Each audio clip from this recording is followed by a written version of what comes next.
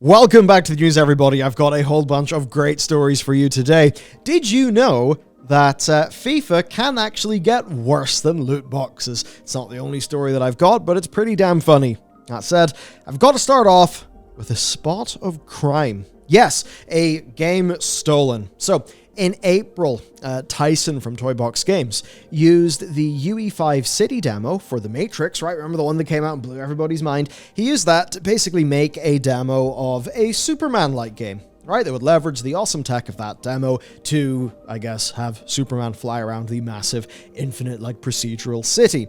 It got quite a bit of attention, so much so that the good folks over at Hero Games Studios rather unheroically took his demo from itch, uploaded it to Steam, got it past their submission process, and started selling it for $11. Now, the public worked this out, and they notified the original developer.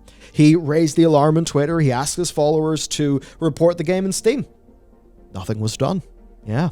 He then moved to the community page to point this out. Something was done. The developer banned him for hate speech. Interesting.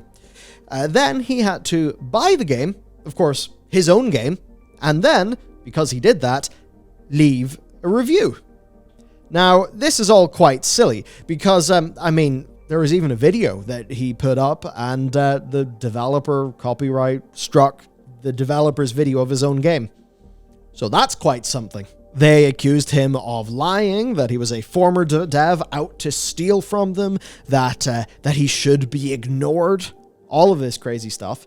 They DMCA'd the development videos that the original guy made, that he released in April, so literal proof of him making the stuff, and then we're basically left at a bit of an impasse where basically both Steam and YouTube systems were weaponized against the original creator, and it all then got to a boiling point. The DMCA claim was rejected, and the Steam page was finally pulled. But quite a bizarre set of circumstances, and if you're in a position like Valve and you're trying to set up a mostly self-service RAN ecosystem, this is the kind of bullshit that you expose yourself to. Now, let's talk about something that is both illegal and funny: insider trading, and specifically Yuji Naka, which is kind of hilarious if you know some of his past. This had Matt in utter stitches, and if you're wondering where he's been, he's working on Dragonflight content at the minute. So, two Japanese individuals were arrested on suspicion of insider trading in late November. One of them was a Square Enix employee who had worked on Final Fantasy and Kingdom Hearts, and the allegation basically is they were aware that a new Dragon Quest game was going to be announced from a studio called Aiming in 2020, right? So they then purchased stock before the announcement, which is insider trading because that is not knowledge that is out in the public. Don't do insider trading. It is extremely easy to spot if you're not regularly buying and selling shares and you just randomly buy a whole bunch, perfectly timed with news. Yeah, you're going to get caught. And the thing that just came out is that the Sonic, Into Nights, and Balan Underworld creative Yuji Naka was also arrested on similar charges. He's alleged to have purchased 10,000 shares worth 2.8 million yen, about 20 grand USD. The other guy, though, he did buy about 188 grand USD worth of shares. We'll have to see where this goes, but certainly for those who follow some of Yuji Naka's career and perhaps some of his utterances, perhaps maybe enjoying it and finding it all really funny, this will no doubt be another funny stage in the saga. Of course, Yuji Naka most recently got his name in the news because he basically went full blast on main at Square Enix for essentially the whole situation with Balan Wonderworld. Which, if you don't remember Balan Underworld, I wouldn't blame you, even though it is a relatively new game. Okay, I've got some more corporate shenanigans for you. This shit's really funny, right? So, remember the whole Epic Games thing where they're suing Google and Apple in order to challenge their App Store models? Well, court documents are coming out, and they're unredacted. This is quite fun. There are very fun allegations being thrown around in these docs. One of them is Project Hug. So would you like to learn about Project Hug? Well, apparently Google were throwing money at up to 24 developers in order to convince them not to make their own app stores for distribution of their own titles, right? The big ticket items here were apparently, this is all allegations. The allegation is that Google paid $360 million to Activision Blizzard over 3 years and $30 million to Riot Games over 1 year, purely, apparently, not to bring, I guess, Battle.net to iPhone or something, which they wouldn't be able to do, or I guess, I don't know, pay him not to circumvent. But yeah, apparently these were deals to keep developers satisfied and to reflect healthy competition, but the lawsuit claims the deals were actually to block rival app stores. As an example, Activision, its deal is apparently made in January 2020, shortly after it told Google it was considering launching its own marketplace over on Android. So this would be a problem for Apple, but I suppose there the problem would be, hey, you want to play COD Mobile? Play it in Battle.net on your Android phone. That way, 30% doesn't go to Google, right? And apparently it was similar for Riot. Now, this is all very full of intrigue, very salacious. Now, the only thing is that Activision themselves denied this in court. And, yeah. I mean, here's the quote. Activision testified in court that Google and Activision never entered into an agreement stating that Activision will not open its own app store. Epic's allegations are nonsense. So basically, there we are. Apparently, it's nonsense. We'll have to see what ends up happening, I guess. But pretty weird. I mean, Epic have been really sloppy in how they've orchestrated this whole thing, right? From like a legal perspective. I don't know. I just think they've been sloppy. I think they've launched a lot of very highly publicized but low chance of success, kind of overly moralizing crusades that, I mean, it's certainly a way to get people talking in the internet, but ultimately, I mean, what is this? Is this a marketing gig for you, Epic, or what? I don't know, because I guess maybe they thought, fuck it, the money doesn't really matter to us anyway that much, because we're mostly a privately held company by Tim Sweeney, and if somehow the moonshot goes through and we crack open Apple's rules, then we'll make a fuckload of money. Maybe that's what they thought. Okay, now to move over to some more bullshit. You know, we've been having a lot of bullshit in the music scene. Sarah, I forget how to pronounce her surname, who is, or was, the composer for the new Modern Warfare game. She also works on stuff with Ubisoft, like Assassin's Creed, as an example. She broke away from Infinity Ward. There was some sort of drama there, a breakdown of her creative relationship. We had all of the stuff with Mick Gordon. Today, a situation with Jessica Mao here, who is someone who's just being put with no credit in the game. Even though, like, here's her tweeting about how she worked on, an arrangement for this particular scene.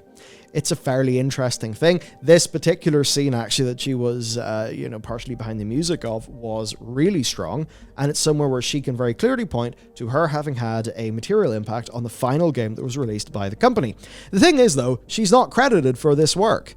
Apparently, the contribution must hit some minimum criteria. And this minimum criteria cannot be explained to us. And that's pretty messed up.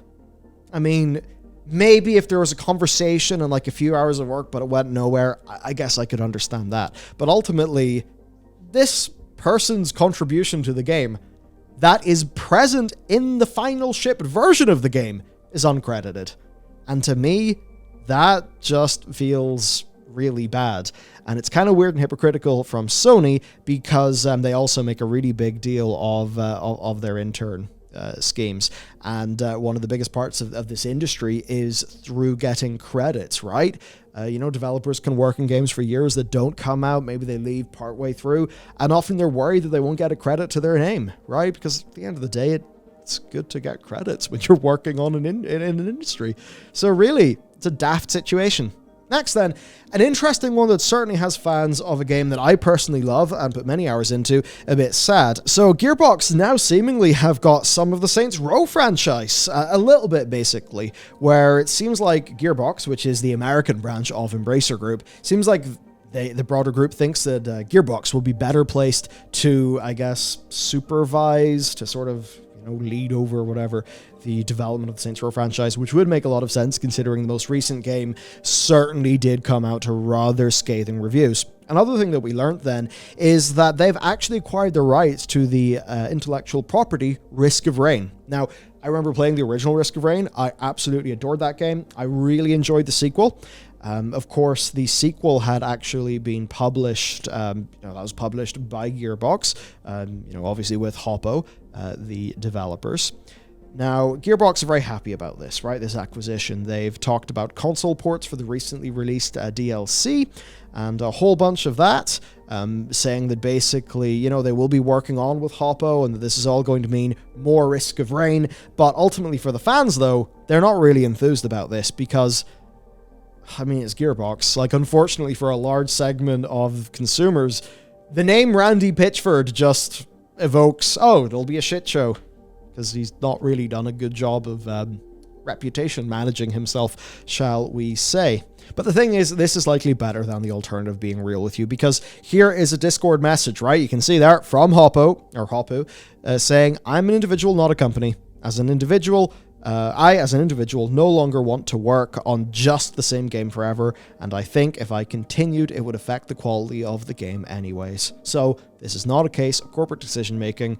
I think it is more about the, original developer trying to protect their own creative options and, I suppose, their own sanity. Next, then, we do have some corporate backroom decisions. Yes, it's all heating up with the likes of Microsoft, especially as they're gearing up to attempt to, I guess, look small and not particularly dangerous so that they can eventually acquire Activision Blizzard and have regulatory approval for that. Now, the Xbox Management Media Tour is basically continuing then. Phil Spencer went on yet another podcast. This time it was The Verge's podcast Decoder, and he revealed some tidbits about their decision-making. So, there was a streaming stick, long rumored. Basically, right, a streaming stick that would essentially be like a Chromecast, but a Microsoft Chromecast that could stream Game Pass. And really, quite surprisingly, this is what Phil said. The console we built that people have now seen, Keystone, was more expensive than we wanted it to be when we actually built it out with the hardware that we had inside. Therefore, they decided to just focus on their smart TV streaming app instead. So that's basically the situation. It turns out that this Xbox streaming stick would have cost $129.99, basically something around there, to actually make it, make sense for Microsoft. But ultimately, the problem then is that's pretty close to an Xbox Series S. You're seeing Xbox Series S's for $189. I do not think you can get more bang for the buck than that. That's insane. So essentially, I think they would have been worried that they kind of cannibalized their own sales, hurt their own, I suppose, scale of economy, because another thing that was pointed out is, well, here's the quote, "We're subsidizing that purchase somewhere between $100 and $200, with the expectation we'll recoup that over time through accessory sales and storefront," which is a completely normal thing within, game console development. But basically the point is, Microsoft are still in that stage where they are subsidizing your purchase to the tune of quite a lot of money, of course, wanting you to then go buy some controllers, maybe even buy one of those big sexy Elite controllers and a few games on their storefront where they get a 30% cut. Next then, we've got the World Cup and FIFA. Aren't FIFA a popular bunch right now? Because apparently they're coming in with a 1-2 punch of Qatar and crypto. Obviously, the working conditions and stuff like that have been very much talked about by other people on this platform. The thing we're talking about today is the future of the FIFA franchise, because it's, of course, split away from Electronic Arts. It's no longer going to be FIFA Ultimate Team. FIFA are now controlling the FIFA football franchise. And they fucked up already, I think. They made... FIFA just makes so many deeply bad decisions that it's hardly even surprising. But the point is... games. They're Web3. They're Web3. They're crypto games. Yes. Now remember that the FIFA president, Gianni, promised only the best games whenever FIFA stepped away. Right? Only the best games. Yeah. So this is quite bad. Here are the games that are backed. We've got AI League FIFA World Cup Qatar Edition 2022. It's a 4-on-4 casual football game between AI-controlled characters where players input at fun and tactical moments. And the NFT sort of blockchain element, well, if players can predict the results of real-life matches, they will get 4 unique collectibles in the form of AI-controlled players. We've also got FIFA World Cup Qatar 2022 in the Upland metaverse. How exciting, yes. A collaboration with Upland Me, a blockchain-based metaverse where players buy and sell virtual properties for some reason. Cool, probably speculative bullshit. We've got FIFA World Cup Qatar 2022 on